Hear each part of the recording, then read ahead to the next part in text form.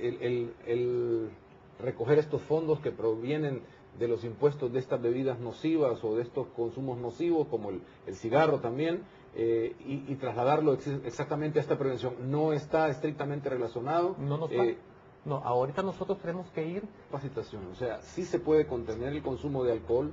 Por lo menos es lo que enfocamos nosotros es en capacitar a estos jóvenes para que ellos repliquen. Lo que se hace es disminuir la prueba a menores de edad. El otro día estuve hablando yo con una señora que me dice, yo nunca, o no quisiera probar drogas, ¿sí? ¿Por qué? Porque me da miedo que me vaya a gustar. Esa no es la mentalidad de un adolescente. El adolescente dice, la voy a probar, y ahí después veo. O mire, aquí me la están dando, voy a probarla, voy a ver qué hago después. Pero no piensa en, me puede gustar y me puedo quedar adicto a ella. Entonces, o el alcohol, ¿verdad? Entonces, el propósito de todo esto es atrasar lo más posible el primer contacto con el alcohol y las drogas, porque lo que llegan a probar a 12, 13, 14 años, no están maduros para poder tomar decisión de decir esto es malo o esto es bueno.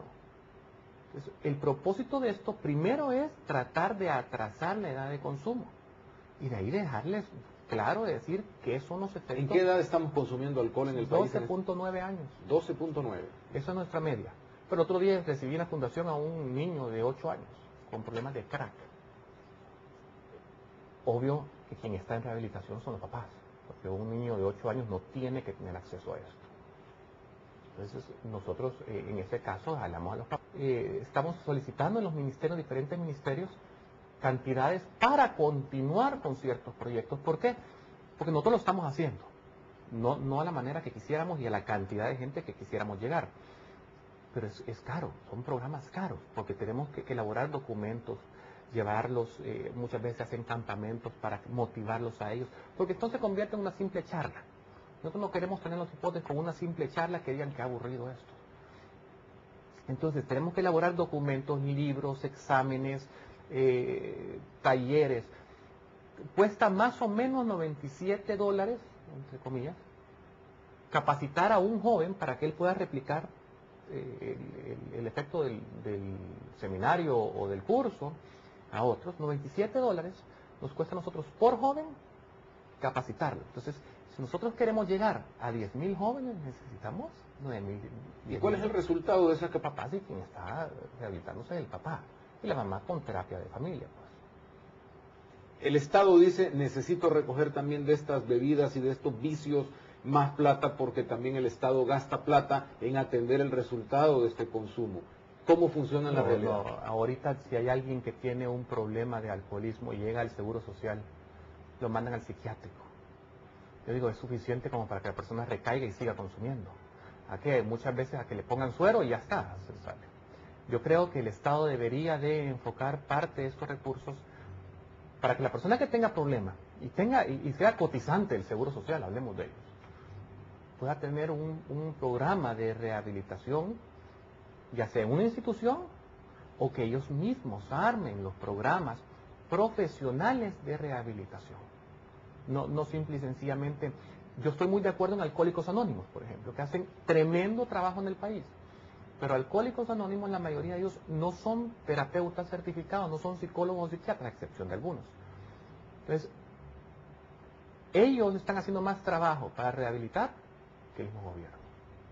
Entonces, yo creo que parte de estos fondos deberían de ser, ya sea que en cualquier hospital del Seguro Social tengan un centro de atención a personas con problemas de alcoholismo o drogadicción, o que apoyen a aquellas entidades que trabajamos en el área de rehabilitar y hacer el trabajo que ellos tienen que estar haciendo. Esta es la segunda vez que hablamos de este tema. Primero fue cuando se creó el Fosalud. Sí. Empezó en el hecho de trasladar estos fondos para crear los Fosalud, del cigarro, del alcohol. ¿Esto funcionó o no? O realmente no tiene esa vinculación por lo que está No tiene la vinculación en general. Es decir, Fosalud sí funcionó. Y sí funciona en ciertas áreas. Pero en lo que estamos hablando nosotros de alcoholismo o de adicción, no. No la hay. Nosotros lo vemos diariamente. Nosotros vemos la parte de prevención o rehabilitación de mareros, no lo hay. Terminan en las cárceles y terminan en las cárceles con un programa de rehabilitación implementado por la iglesia o por Alcohólicos Anónimos, con un par de psicólogos o psiquiatras que están adentro, sí, pero no hay un programa integral de rehabilitación. Y estos salen, y salen peor de lo que entraron. Entonces, nosotros tenemos que lograr establecer programas de rehabilitación para aquellas personas que todavía no ha delinquido, para que no lleguen a las cárceles. No que rehabilitarlos antes. El tema del alcoholismo es integral para este país. Así es. Todo está vinculado ahí, en el lado de lo negativo. Sí. Es decir, el cigarro viene con el alcohol, luego la violencia intrafamiliar, los otros crímenes, consumo de drogas. Así es. El cigarro muchas veces nosotros lo terminamos dejando porque sí, es una droga que te mata, pero no es una droga que altera la manera de pensar. Hablemos de que si vas manejando y que tenés un accidente y has estado fumando cigarro, no le vamos a echar a la persona a la cárcel, no le vamos a decir, mira, porque estuviste fumando cigarros es que te pasó esto. Pero si has estado tomando alcohol, sí. Hay un problema un poco más serio, porque ya altera la manera de pensar, ya no tienen los reflejos para andar manejando. Entonces el cigarro lo dejamos un poquito al lado nosotros, muchas veces lo recomendamos que se lo queden y poco a poco después se lo vayan eliminando. Pero sí es integral en el sentido de que cuando empiezan con cigarro, se dan alcohol. Y si no, el alcohol no satisface las necesidades de la persona, se van a otro tipo de drogas. En este país todos hemos tenido o tenemos Sí. alguna historia vinculada con el alcohol. Uh-huh. Este tema podría dar para más, pienso yo, dentro Mucho del más. tema de la reforma. Se están dejando cosas de lado que podrían incluso beneficiar al Estado en términos de recaudación de fondos, Sí. o es un manejo integral el que no se está haciendo. ¿Cómo debería manejarse este tema realmente del alcohol, del consumo y de proveerle desde ahí recursos al Estado? Hay mucho que se puede hacer, hay muchísimo. Parte de los recursos que se pueden hacer hablamos nosotros de las licencias. Pero hay otra parte, por ejemplo, a la persona que le venda alcohol a menores de edad, al establecimiento, cerrarlo por una semana. Y decir, primer castigo. Le vendiste a menor de edad, vas a pagar tremenda multa, aparte de eso te vamos a cerrar el establecimiento por una semana y va a ver que el resto de los establecimientos al lado dejan de venderle a los menores de edad. Y yo creo que solamente el hecho que agarremos ese dinero y lo metamos en programas de prevención, quizás no inmediatamente, pero aquí a 10 años, vamos a tener una mejor sociedad, y entonces ese dinero que estamos recaudando, lo más probable es que se va a ir para otras necesidades. Estamos hablando, el gobierno habla mucho de prevención de violencia, pero la base de la mayoría de las personas que están metidas en violencia, y estamos hablando porque yo he hablado con mareros, es el alcoholismo, es el abuso sexual. Son los dos puntos principales que tenemos que atacar: prevención de adicciones y prevención de violencia familiar, intrafamiliar o abuso sexual.